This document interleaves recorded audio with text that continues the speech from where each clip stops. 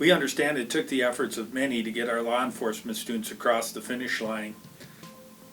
We really like to thank the Post Board, our Minnesota State system leaders, and the Office of Higher Education for supporting our request to bring our law enforcement students back. Our law enforcement students have really set the stage on how we can safely bring students back to campus to complete or progress their skills training. Of the 75 students who needed to come back to campus to finish their training, 75 did, which tells us how important it is to them, our students, to finish. My name is Dwayne Wolf. I'm an instructor in the law enforcement program. Right now there's a shortage of police officers around the country, including Minnesota. If we're not putting officers out, then it becomes even more of a drought on potential candidates to go out and serve the communities in a law enforcement role. The next thing they do is they go take the post test, which is the Peace Officer Standards and Training Test. Once they pass that test, then they're eligible to go out and look for a job. That's a requirement to go in and actually apply and be hired. They then go through with the department and interview, a written test. You have to go do a psychological evaluation, and they do a physical.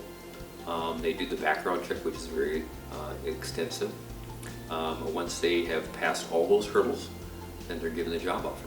The majority of departments in the state of Minnesota are down officers. I haven't seen the job market like this as long as I've been a police officer and as long as I've been teaching here, and you're looking at 30 years. It's a good market if you're looking for a job in law enforcement. My name is David Perez and I'm from Pelican Rapids, Minnesota. It means a lot. It's been a long 2 years, and it's just meant a lot to be able to finish. I'm Miranda Lightheart and I'm from Alexandria. Can't believe it. When it first happened, I didn't really understand what was going on, so I just thought maybe we'd get an extra week of vacation, and it kept going and going, and I was like, well, are we even going to graduate? Am I going to have to come back? And then we got the news that we could come back for a week, and I was so excited to come back. Joe Dusup, born in St. Paul, grew up in Woodbury, Minnesota. I'm excited to get it just kind of completed and done. I'm a full-time correctional officer for Douglas County. Family at home, so I'm very excited. My name is Laura Feltz, and I grew up in Bertha, Minnesota. I've been interested in being in law enforcement since I was very young. I think it's such an interesting job and a challenging job, and that there's so many different things that you have to learn to do, and it's something that at the end of your career you can look back and know that you did something that was worth doing.